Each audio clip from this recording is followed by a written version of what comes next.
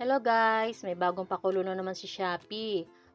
Araw-araw magkakaroon ka ng 12 pesos coins. Kung gusto nyo magkaroon ng 12 pesos coins, sundan nyo lang po yung gagawin ko. Punta lang po kayo sa home ng anyong Shopee account. Tapos po, hanapin nyo po yung watch to win na banner.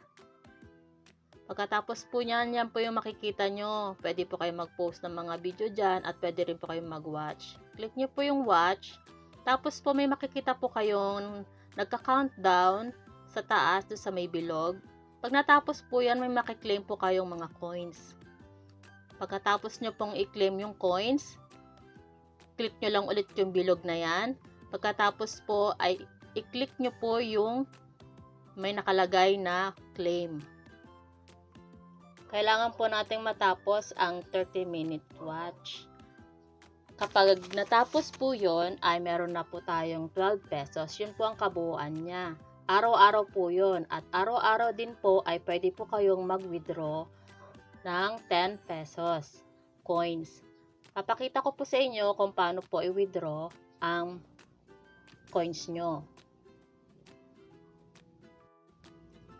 Ayan, click lang po natin yung withdraw.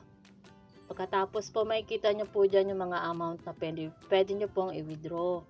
May 10 pesos po, 30, 50, 100, 5 pesos, 1 pesos.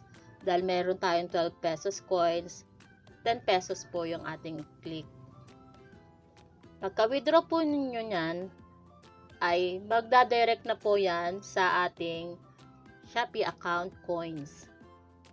Yan guys, check natin sa labas. Ayan guys, oh.